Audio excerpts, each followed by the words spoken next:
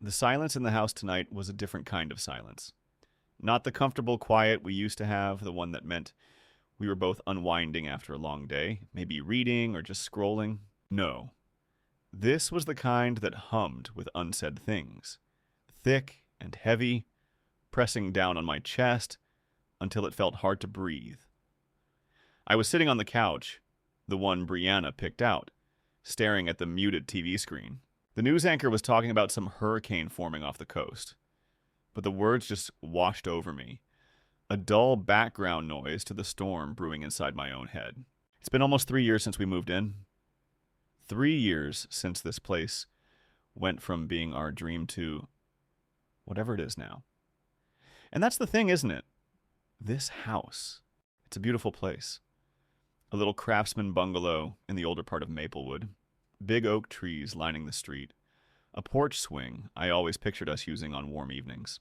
Brianna fell in love with it immediately, practically signed the papers herself before I even finished the walkthrough. I mean, I loved it too. We both did. Or I thought we did. I'm Dustin, by the way. I'm 32 now, and Brianna is 30. We've been together for 5 years, lived together for 4 of those, first in a tiny apartment downtown, then this place. Everyone always said we were solid, you know? The couple that just fit. Even my mom, who is notoriously hard to please, was always going on about how perfect Brianna was for me. Smart, funny, driven. She's an architect, and I'm in software development. We always balanced each other out, or so I believed. The tension tonight, it wasn't an explosion. It was more like a slow leak. Something that's been seeping into every corner of our lives for months, maybe even a year. It started subtly, little disagreements turning into bigger ones, easy laughter getting rarer. We used to spend hours talking about our future, painting a picture of what life would be like here, what we'd do to the backyard, where we'd put the nursery if we ever had kids. Now, conversations about anything important just fizzle. Or worse, they ignite something. I keep replaying the argument we had this morning. Barely an argument, really. Just a few clipped words over coffee about the leaky faucet in the guest bathroom. Nothing about the faucet itself, but everything around it. The unspoken accusation in her tone, the way I felt myself immediately get defensive. It's this constant walking on eggshells, this feeling like any casual remark could tip us over the edge. And then there's the house itself, looming over everything. My name. Only my name. That's the real weight. The thing that makes this silence so deafening. It was supposed to be a temporary thing, a formality, because her student loans complicated the mortgage application. A conversation we had 100 times, how we'd fix it later, once her credit score improved, once we were married. Except we never got married. And later feels like it's never going to come. And now, seeing her across the room, barely acknowledging my presence as she scrolled on her phone, I felt this crushing certainty that maybe it never would. This place, our supposed shared future, feels like it's just me, holding on to a paper deed while everything else crumbles. It's funny how you look back at things. Little moments that seemed insignificant at the time, and now they're etched in your memory, suddenly charged with all this meaning. Brianna and I met at a mutual friend's barbecue, late summer, August 2018. Jessica, my coworker from the office tower downtown, was throwing a party on her rooftop deck. I remember it was one of those perfect evenings, still warm, but with a hint of crispness in the air. The city lights just starting to twinkle. I was 27, fresh out of a long, kind of draining relationship, and honestly not looking for anything serious. She was standing near the cooler, laughing at something someone had said. Her hair was a mess of dark curls catching the fairy lights Jessica had strung up. She had on this bright yellow sundress and a pair of old Converse, and I just noticed her. I walked over, probably said something incredibly lame like, "Hey, mind if I grab a drink?" She just smiled, this really genuine, easy smile, and said, "Help yourself. They're all warm anyway." That was it. We started talking about the warm beer, then moved on to our jobs. She was finishing up her master's in architecture at the time, already doing an internship, and I was deep into a new project at Sterling Software. We talked for hours, just leaning against the railing, watching the traffic below. No awkward pauses, no straining for conversation. It felt effortless. We exchanged numbers that night, and I didn't even expect much, but she texted me the next day. A casual, "Hey, enjoyed chatting last night. Hope the beer wasn't too warm." We went on our first proper date that Friday to this little Italian place on 14th Street called Da Felice. It was intimate, a bit noisy, but perfect. We found out we both loved hiking, hated cilantro, and had way too many opinions about classic rock bands. It just flowed. By October, we were pretty much inseparable. We'd spend weekends exploring the city, finding new coffee shops, or just holed up in my tiny one-bedroom apartment, watching movies. Looking back, there were little things, I guess, that I just didn't register as anything but quirky habits. She was always very particular about her space, her things. Not in a bad way, just specific. Like if I moved her coffee mug from its spot on the counter, even just an inch, she'd notice. Or if I left a book on the end table instead of putting it back on the shelf. I brushed it off. I was messier, she was tidier. Opposites attract, right? It seemed endearing. And she was so passionate about her work, constantly sketching, talking about designs. Sometimes she'd get really focused, almost tunnel-visioned, and it could be hard to pull her out of it. But I admired that drive. I saw it as ambition.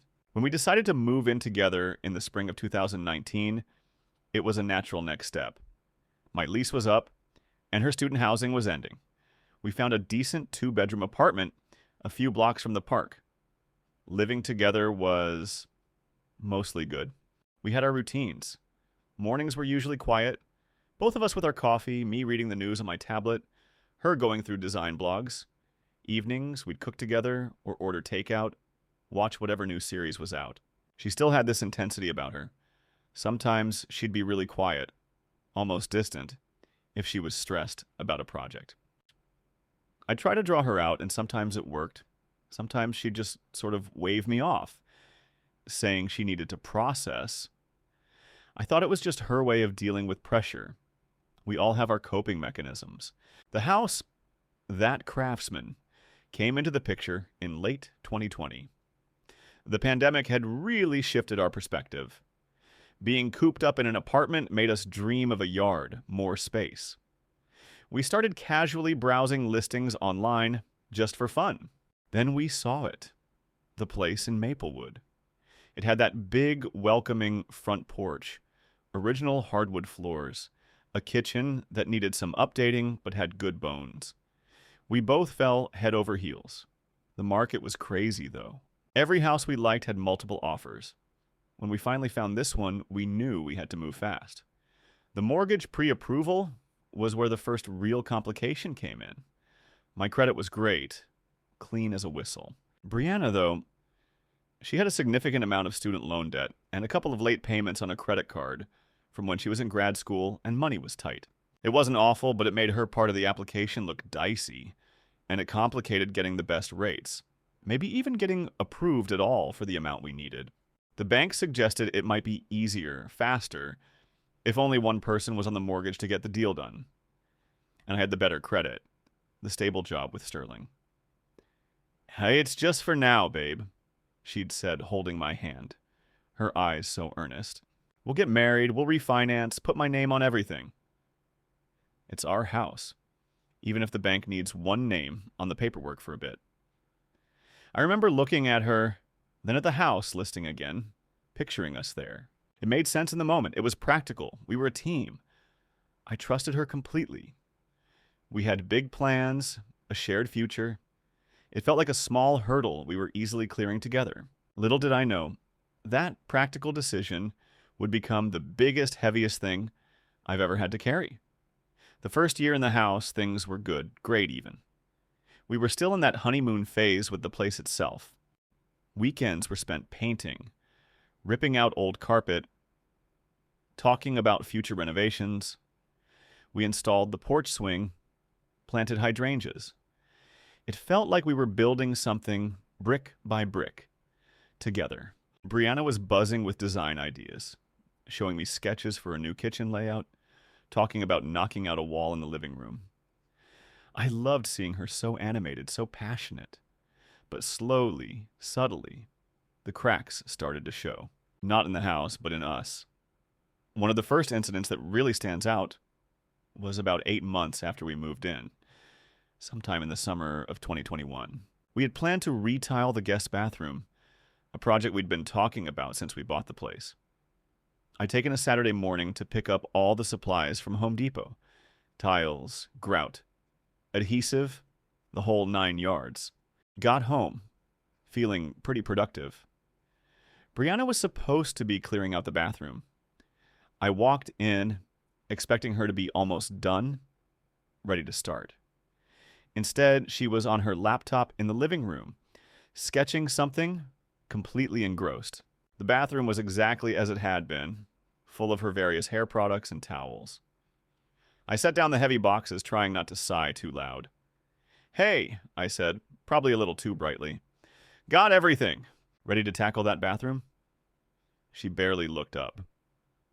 "Oh, yeah. Just finishing this concept for a client. It's due Monday. Can you just start clearing it out? I'll be there in a bit." I felt a familiar prickle of annoyance. It wasn't the first time. "Babe, we talked about this. I was going to get the supplies. You were going to prep. These tiles are heavy, and we said we'd get a good chunk done today." She finally turned, a frown on her face. "Dustin, it's a big deal. This is a huge project, potential for a whole new firm to take me on. I can't just drop it. You know how important my work is." And that was it. The conversation ended. I ended up clearing the bathroom myself, grumbling under my breath, feeling like I was always the one to pick up the slack, always the one compromising. She eventually came in an hour later, but the energy was gone. The whole day felt off. I brushed it off later, told myself she really was under pressure. It's hard being an architect, I knew that. Then there was the money. Our finances were separate mostly ever since we moved in. We had a joint account for bills, and we each contributed half. But the mortgage, property taxes, insurance, that was all coming out of my account because it was only in my name. She paid me her half for those things, usually. But sometimes there'd be delays. A few days, a week. "My client payment is late," or "I had to buy some new software for a project," she'd say. I'd usually just cover it and she'd pay me back later, but it started happening more frequently. One evening, about 1.5 years ago, I brought it up. "Hey, Brianna, I know things are sometimes tight with client payments, but the mortgage transfer was late again this month. It makes my budgeting a little tricky." She looked up from her dinner plate, her fork halfway to her mouth. "Oh, really? I thought I sent that last week." "Shoot, I'll send it tomorrow." It's not like it matters. It's just going from one of our accounts to another, right? It's our money, that phrase. Our money. It was true, of course. We shared everything, lived under one roof. But the bank didn't see it that way. The bank saw my name, my responsibility. And something in her casual dismissal, the way she made it seem like I was being pedantic, irked me. I tried to explain, it does matter, Brianna. If I get an overdraft, that affects my credit. And technically, the bank doesn't see it as our money on paper, you know? It's my obligation. She rolled her eyes, a gesture that was becoming more common. God, Dustin, you're so melodramatic. It's a few days. I said I'd send it. What's the big deal? Are you saying you don't trust me? That just shut me down. That question, are you saying you don't trust me?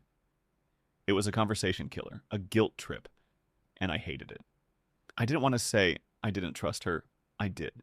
Or I thought I did, so I just dropped it. Another little red flag I neatly folded up and tucked away, telling myself it wasn't that big of a deal. Then my friend Owen started noticing things. Owen and I have been tight since college. He's blunt, doesn't mince words.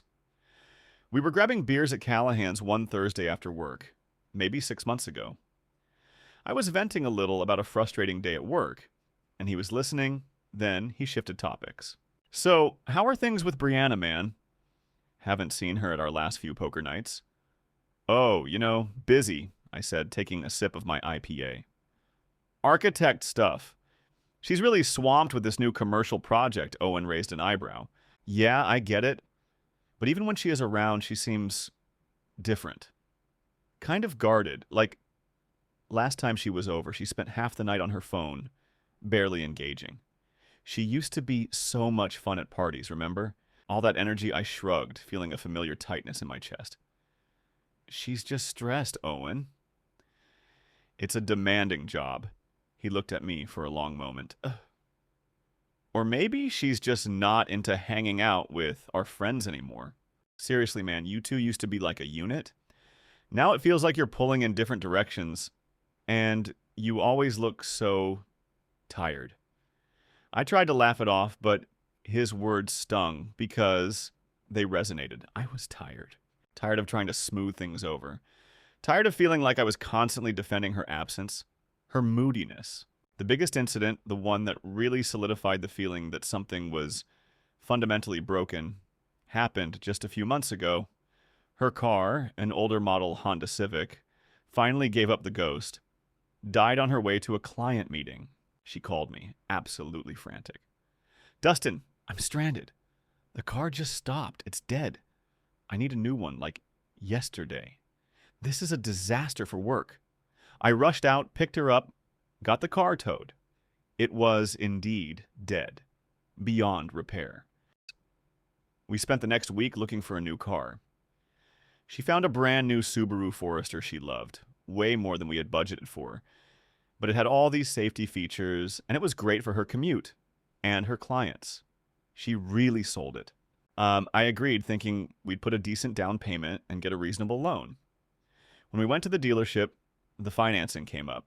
They looked at her credit history, those old student loan issues still there, plus a couple of recent late payments on a different credit card I hadn't known about. Her rate was going to be pretty high. The dealer, a guy named Tony, suggested, look, if one of you has significantly better credit, we could put the loan primarily in their name, or even just their name, to get a much better interest rate. You'd save thousands over the life of the loan. Brianna immediately turned to me. Dustin, you have great credit. Like the house, it'll just be temporary. Like the house, we'll pay it off together, obviously, but it makes sense to get the best rate, right? She gave me that earnest look again. The one that used to melt me? I hesitated. It felt like a repeat of the house. Another instance where I was taking on the full financial risk for something we were supposed to share. But she was so stressed about work, and she really needed reliable transport. I saw her looking at the car, her face alight with excitement. It was practical. It made financial sense in the short term, and I loved her. So I said yes. I co-signed the loan, effectively putting myself on the hook for the entire amount. If anything went wrong, that's when it really started to feel like a pattern, not a series of unfortunate events. My name on the mortgage, my name now tied to her car loan. She always had a reason, always had a plan to fix it later, but later never seemed to arrive. The conversations got shorter, more tense. My internal voice, the one that usually said, Ori, it's fine, she loves you, she's just under pressure, started to get drowned out by another colder one. The one that whispered, are you being taken advantage of? And the worst part, I didn't want to believe it. I fought it, really fought it. Because the alternative, that the person I loved, the person I shared my life and my dreams with, was slowly eroding my sense of security and trust, was too painful to contemplate. The moment of truth when everything truly shattered wasn't some grand dramatic scene. It was a Tuesday evening, just last month. A perfectly ordinary, unremarkable Tuesday. Brianna had been particularly distant that week, buried in her laptop, constantly on her phone, taking calls in the other room. I'd tried to engage her, asked about her day, suggested we watch a movie. She'd given me one-word answers, deflected. I just put it down to another stressful week at her firm. I was in the kitchen, making dinner. Some stir-fry I'd planned.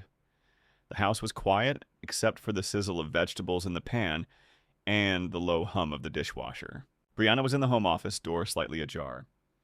I heard her laugh, a genuine, light laugh. I hadn't heard directed at me in weeks, maybe months. It wasn't loud, just a little burst of joy. My stomach twisted.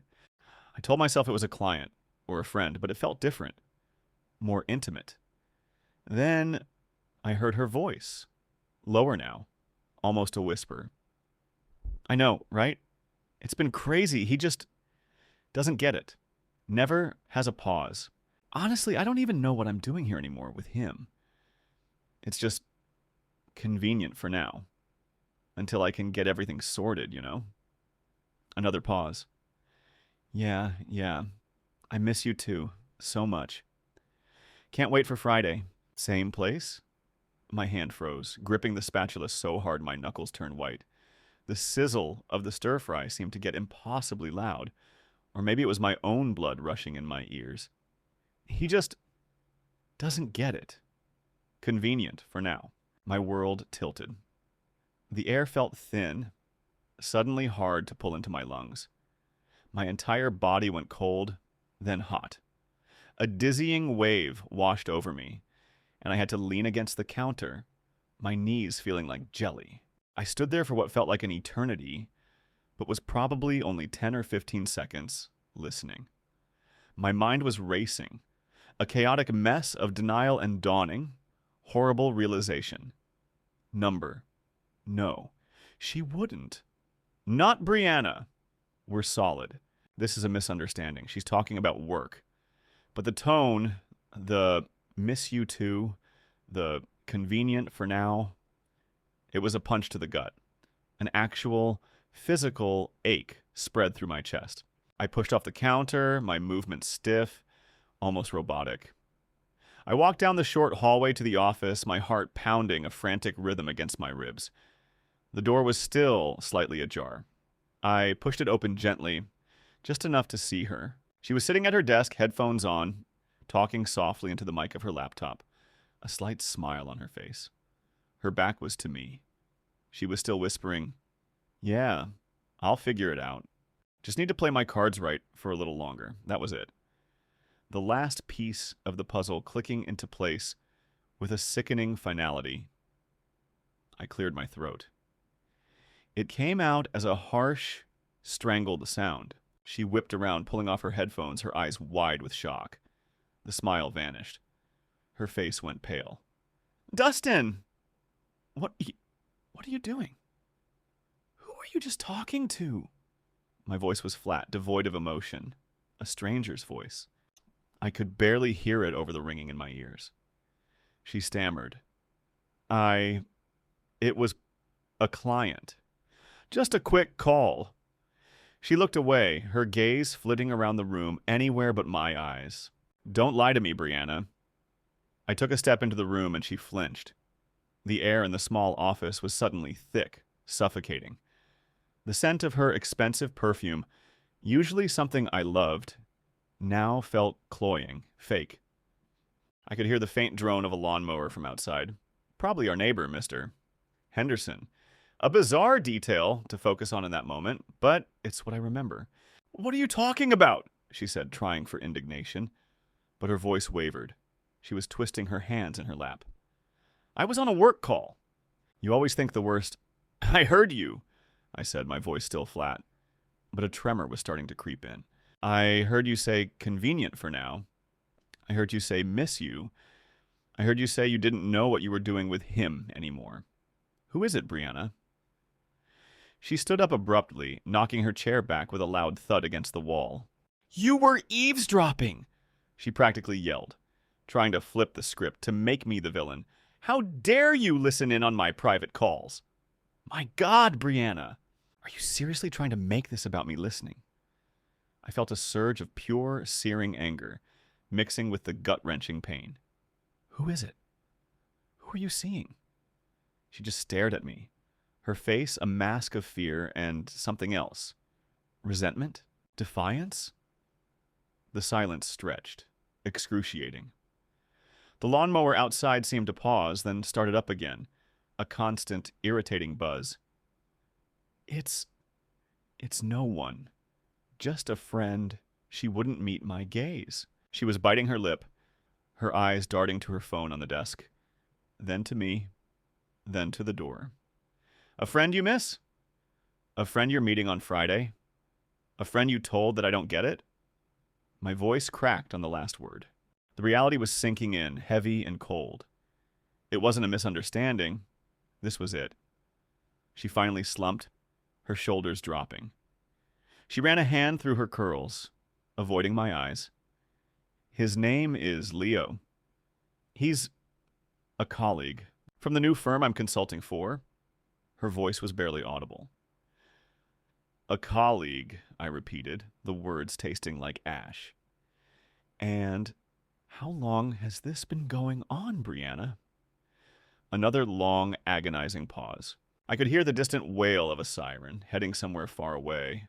The world outside, oblivious to the implosion happening in our quiet home. A few months. She finally looked at me and her eyes were filled with tears, but not the kind of tears that evoked sympathy. They looked almost performative. Dustin, I'm sorry. I didn't mean for any of this to happen. You didn't mean for it to happen? My voice rose, finally breaking free of the flat monotone. You've been lying to me, sneaking around, telling someone else that our home, our life together, is just convenient for now. And you didn't mean for it to happen? She tried to reach for my arm, but I recoiled as if burned. I was going to tell you. I didn't know how. Things have been so difficult between us, you know? The audacity of that statement.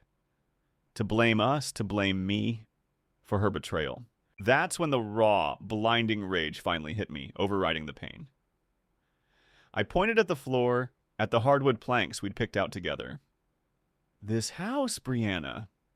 My name is on this house. My name is on your car loan. My credit, my future. Tied up in this convenient, for now, arrangement. You have been playing me, haven't you? She started crying harder, real tears this time. But it was too late. The dam had broken. I turned away from her, walked out of the office, past the still sizzling stir-fry, and straight out the front door. I needed air.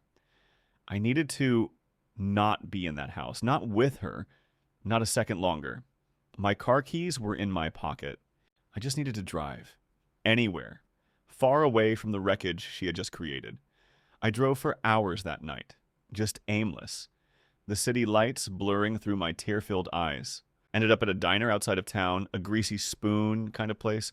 Ordered a coffee I barely touched. My phone was blowing up. Text from Brianna, missed calls. I just couldn't. Couldn't face her, couldn't listen to her apologies, which I knew would be hollow. Eventually, I called Owen.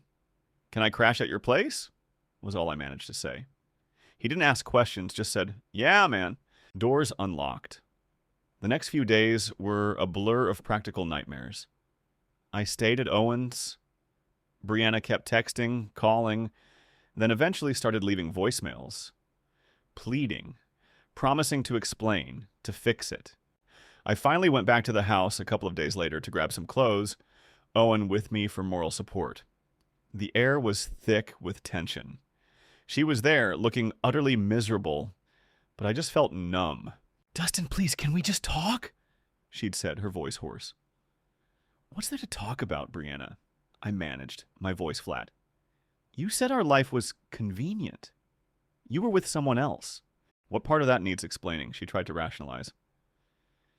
Things have been so hard, you know. I felt so alone. Leo he understood. It was just an emotional thing at first, I swear. It didn't mean I don't care about you. Care about me? I almost laughed, a bitter, hollow sound. You used me, my credit, my name, to get this house, to get your car. You strung me along while you were planning your exit strategy. What did you think was going to happen when you got everything sorted? She just broke down then, sobbing, saying she was terrified, that she didn't know what she wanted. I watched her and felt nothing, just an empty ache. Owen, who'd been standing quietly by the door, just put a hand on my shoulder. Dustin, maybe we should go. And we did. The immediate fallout was chaos. Financially, it was a mess.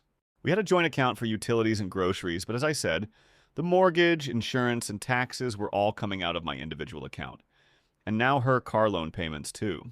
I canceled her access to the joint account, emptied it out, and put the balance in a new account only in my name. I told her via text that all her contributions for bills for the house needed to go directly into my account. On the first of the month, no excuses. She argued, of course.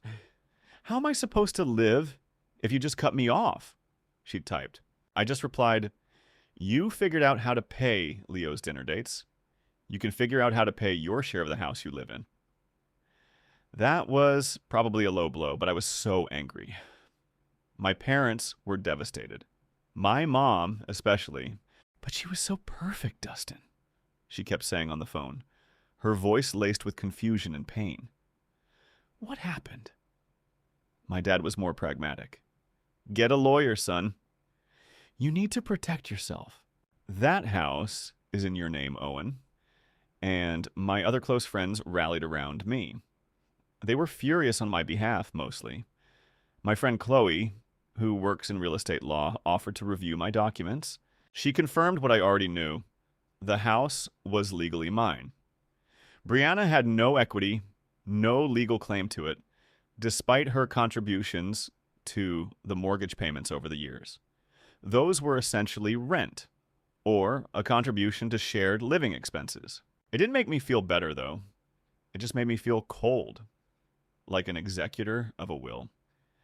Brianna started looking for a new apartment a week later, but it wasn't easy in our city. Prices were high.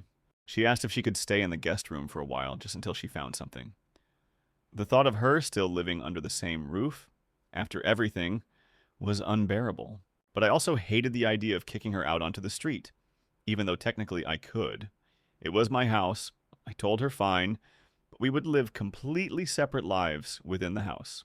No shared meals, no talking unless absolutely necessary, and a firm deadline of 6 weeks. She agreed, her eyes red and swollen.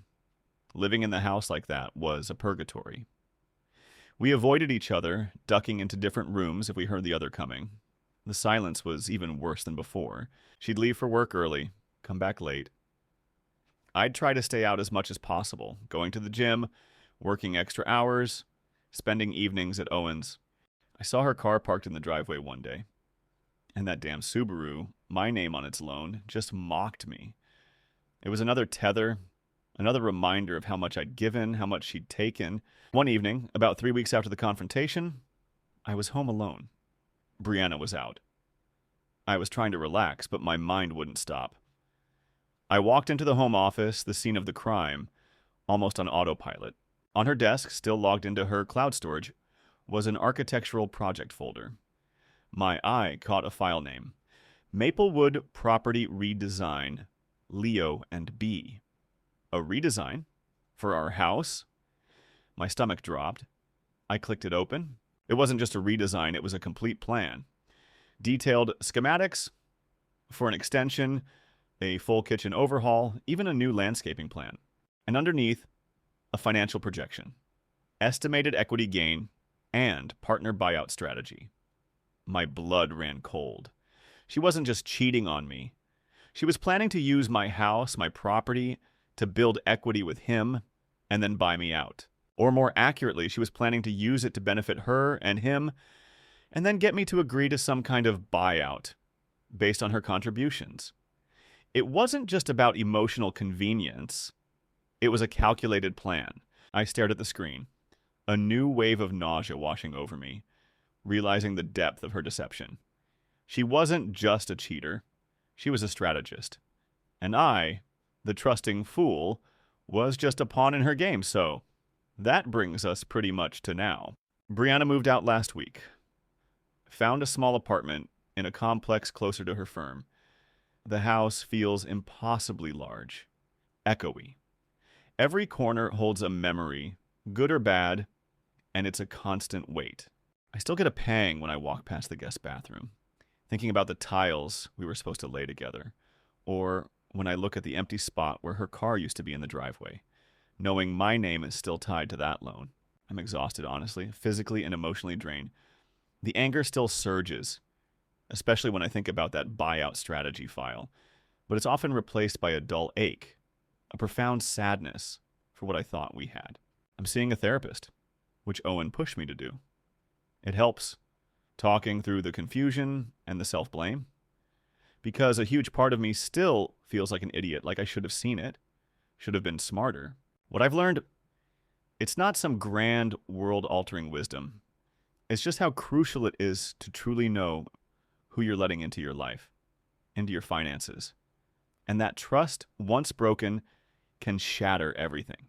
I learned that being practical isn't always being smart, especially when it means ignoring your gut feeling. And that sometimes the person you love the most can also be the person who hurts you the deepest, not out of malice necessarily, but out of their own self-interest or fear. My future? It's a blank canvas right now, which is terrifying and also a little liberating. I used to picture a clear path. Marriage, kids, growing old in this house. Now, I don't even know what I want for dinner most nights. Dating feels impossible. The thought of trusting anyone again, letting them close. It's a huge hurdle. I know I'll get there eventually, but it's going to be a long road. I still have to figure out the car loan situation. Chloe, my friend, thinks I can probably get her to refinance it or take full responsibility, especially with the evidence of her plans. But that's another battle to fight. And the house, it's mine, yes. But it doesn't feel like home yet. It just feels like a very expensive, very beautiful monument to a broken dream. I just needed to get this all out, put it down somewhere. It's been swirling in my head for weeks. Thanks for listening, even if you're just a bunch of strangers on the internet. Has anyone else been through something similar? How do you even begin to trust again after this? And how do you make a house feel like yours again when it was meant to be ours?